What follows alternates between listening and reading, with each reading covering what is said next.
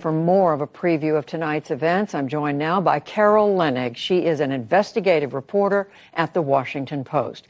And Jamil Jaffer, he's a law professor at George Mason University and former associate counsel to President George W. Bush. Welcome to both of you. Carol Leonnig, to you first. What in particular are you going to be watching for tonight, especially when it comes to the two witnesses we expect?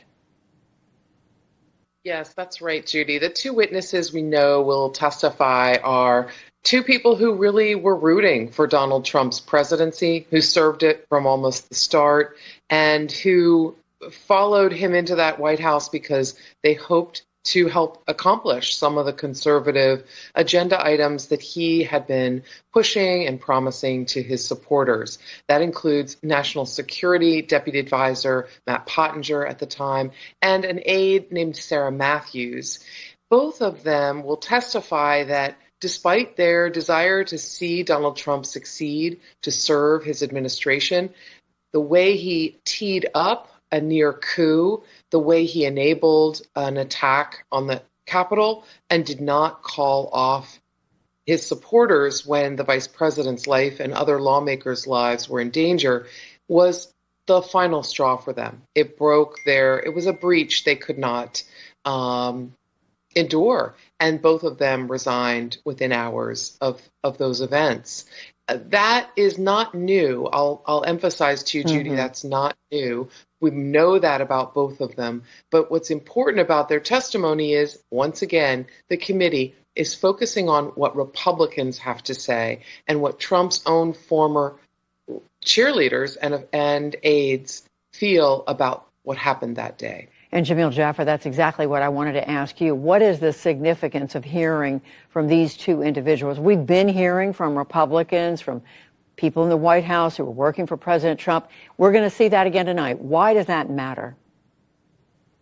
Well, Judy, the main point here is that what the president did, his behavior and his actions that day, contributed to what happened at the Capitol, as we know from his speech on the ellipse and the like, but they allowed the process to continue. His inaction for that 187 minutes as he sat in the White House watching what was happening on television, as his aides clamored, coming to him saying, Mr. President, people are going to die. The Capitol's under attack. You have to say something. And his decision to not act for that lengthy period is what's at the heart of what happened on that day. And that's intolerable for many Republicans. It was intolerable for Matt Pottinger and Sarah Matthews, who quit the day that happened. It was intolerable for a number of members of cabinet, including his education secretary and the like, his labor secretary, who quit on that day or in the immediate days afterwards. And it should be intolerable for all Republicans, including Republicans in the House, who on that day and the day after, like Majority Leader Kevin McCarthy, said it was intolerable, said it was unacceptable, and since then have backed off and backpedaled in ways that are hard to imagine.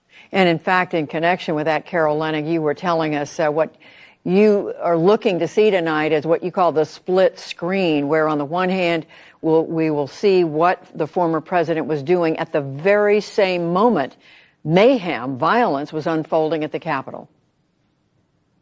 That's right, Judy. And I think the Congresswoman hints at that a little bit. You will see timestamps, I believe, where, this is when the Capitol was breached.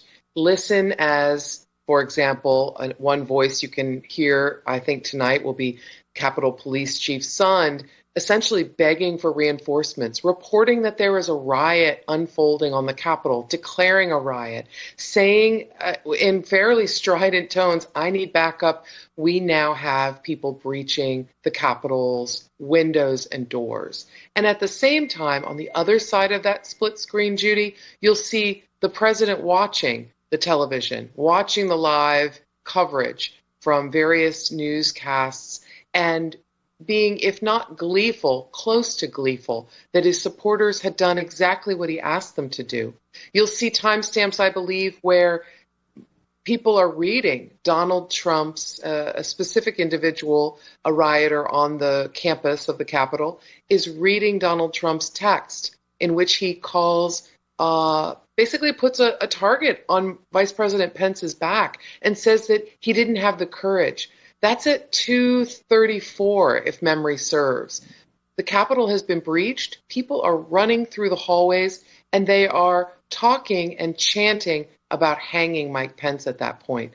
the overlap will, I think, be pretty startling. I think you'll see on the other side Donald Trump describing in the aftermath, what did he want to happen? What did he hope to accomplish on January 6th? And then you'll see the view of what was wrought, what his wishes wrought. And Jamil Jaffer, I mean, just for purposes of contrast, comparison, you're a student of history as well as being a lawyer. Are there any other examples you can think of presidents who have essentially laid back while the American democracy was under assault? No, I can't, to be honest with you, Judy. And to the contrary, when American democracy, the heart of our union, has been challenged, American presidents like Abraham Lincoln have stepped up and done what it takes to respond to that and keep the union together. At times, presidents like Abraham Lincoln took extreme actions. Donald Trump did exactly the opposite. He stood by, watched, let it happen, and no amount of excusing that and saying, well, it was just a small protest or it got a little out of hand or whatever. We all saw what our eyes saw. Nobody can tell us what we didn't see, what we saw on television.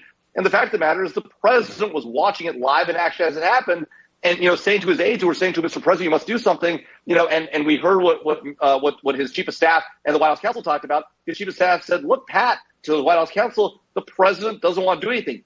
He thinks Mike deserves it. The vice president deserves the chance of hanging Mike Pence. I mean, it's unimaginable that any president would say that about the vice president, much less as the Capitol's being attacked and he's tweeting about Mike Pence not having the courage he needs to have. It's hard to imagine that happening. If we hadn't all watched it happen, I think you were telling me about a bad movie. And just quickly, Carol Leonnig, you reminded us today when you interviewed former President Trump for your book and you asked him what he wanted to happen that day, what he said to you. For our book, I Alone Can Fix It, my colleague and I, Phil Rucker, sat down with the president for nearly 3 hours in Mar-a-Lago, about 2 months after the attack on the Capitol. And one of my number one goals was to find out, what did he want?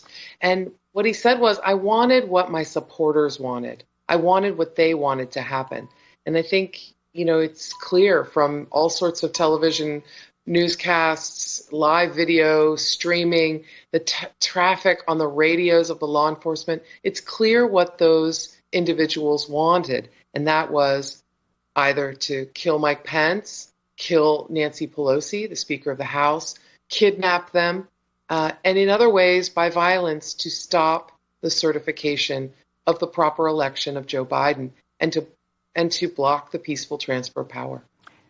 Still startling just to think of it. Carol Leonnig, Jamil Jaffer, we thank you both.